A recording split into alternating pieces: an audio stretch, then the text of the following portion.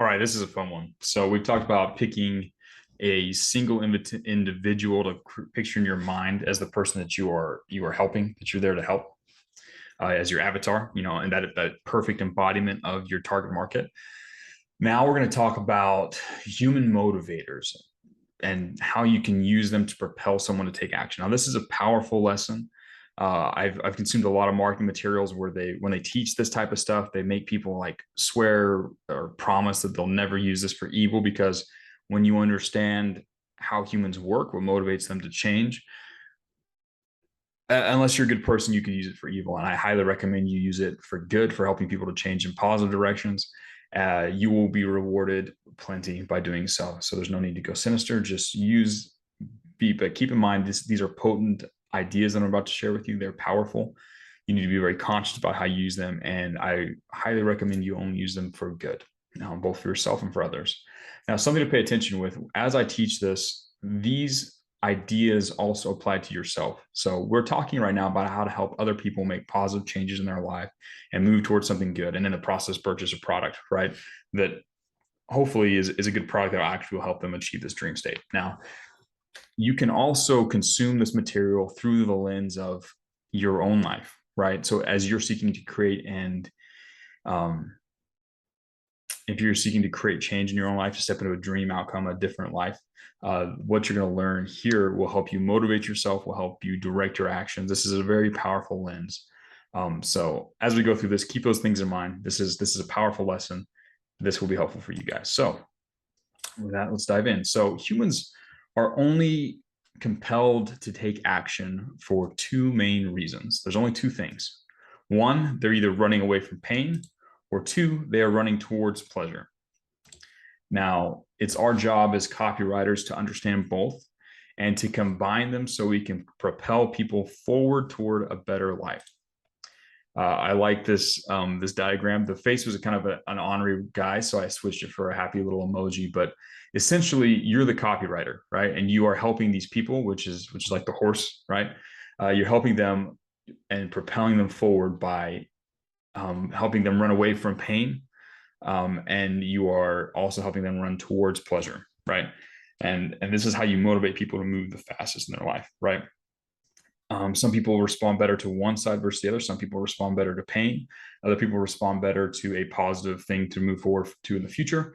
But generally, it's a combination of both that will help you help others change and make changes in their lives. So let's talk about both in greater detail. So the first one, running toward pleasure. Now, let's go back to the first one, which is actually running away from pain.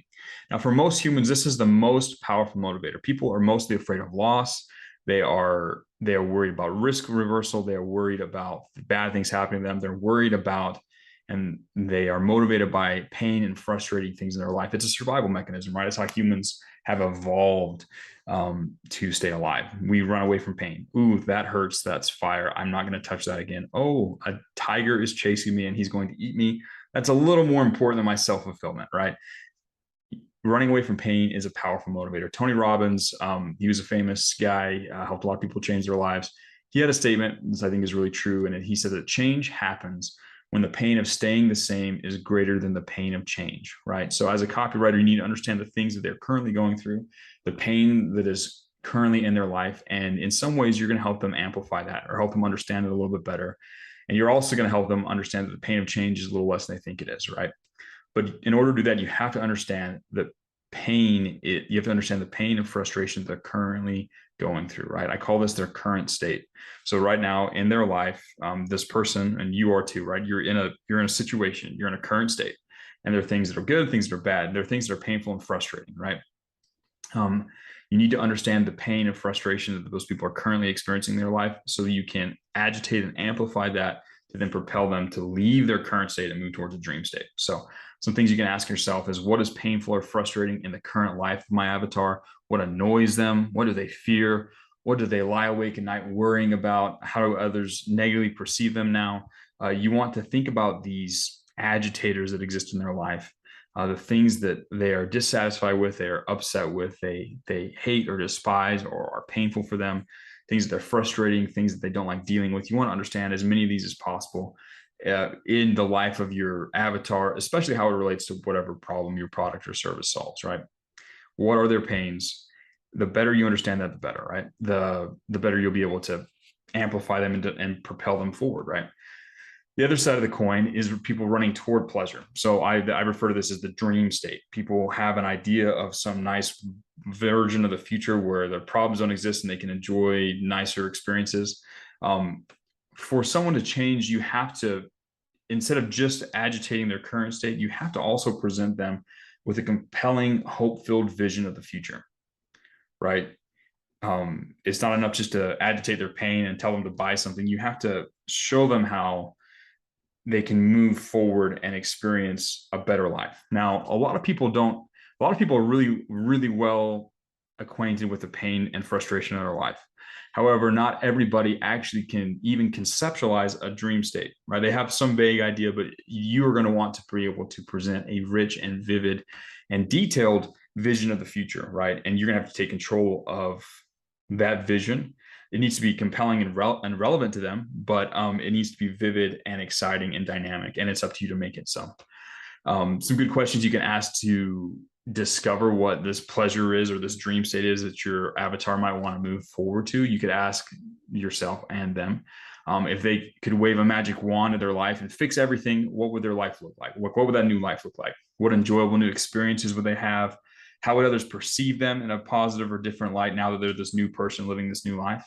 How would they feel about themselves if they made a change and were able to live like this? You need to ask yourself, what would make that so amazing? Like, why would they even want to move to this wonderful life? And sometimes it's obvious, but it's up to you to understand it and to make it vivid and exciting, right? You can describe the life of a multimillionaire traveling the world and enjoying all the finest things the world has to offer, and you can do it in a really boring way, or you can do it in an exciting and dynamic way. It's all on how you frame it, but it's up to you to look forward, get a detailed, hope-filled, compelling version of the future of a dream state they could step into if they're able to solve these problems. And it's up to you to understand that. That's the pleasure that they're moving towards. So the more vivid and dynamic you can be in understanding their pain and pleasure, the more powerful you can compel them to act, right? This is key. Most people have found ways to dull down the pain in their life, and they've found ways to dull down the vision of the future because they want to stay comfortable, right? Again, the pain of change is difficult, and so sometimes they will actually diminish the pain of their current situation in order to keep them from having to act. You see this all the time, right? You see these skinny guys that make fun of people who are physically strong and call them stupid and stuff like that, because it's a lot easier to just flip it in their mind and call someone stupid than to put in the hard work to earn something, right? So your prospects will have done this in many ways for the pain that they're experiencing. They will find ways to diminish it or to diminish the allure of a dream state. So the more vivid you can describe the dream state and the pain, the better you'll be able to spark those emotions, those motivating emotions inside of the reader. Bonus points, this gets a lot easier if you make the answers sensory. So those questions I asked about, the dream state or the current frustration, if you can put them in terms of sensory information, so visual, auditory, tactile, olfactory, gustatory, et cetera, right? Those 5 main senses. If you can encode the information and the vision of that dream state inside of those 5 senses, you will make it more vivid, more exciting, and more dynamic just by default. So bonus points, little thing to think about. So there's another point to keep in mind. The higher the importance of the pain and pleasure that you are talking about, the more motivating they are, right? So many of you have heard of Maslow's hierarchy of needs. He was some old psychologist, came with this pyramid. It's been pretty helpful for me in helping elevate the level of conversation, the level of pain and pleasure that I motivate my readers with, right? So the base, you have physiological needs, air, water, food, shelter, stuff like that, right? Then you have safety, then love and belonging, then esteem and self-actualization. Status is like a version of esteem, right? It's a pretty high thing up there, right? So if you sit and talk about the tangible, physical, whatever benefits of a product or some dream life, you can talk about a really boring way down the bottom, and it's not going to be that motivating. But if you can frame it in terms of status and love and acceptance and self-actualization and being the best version of themselves possible, typically that's more motivating, right? So the higher you can And you can't always just come in swinging with self-actualization. You usually have to kind of notch up step by step and kind of take them up this hierarchy. But the higher up this hierarchy you can connect that change you want to make, the more motivating it is, right? People act out of, like, this becomes significantly more alluring if you can somehow tie the product or services that you're offering or the change that you're inspiring them.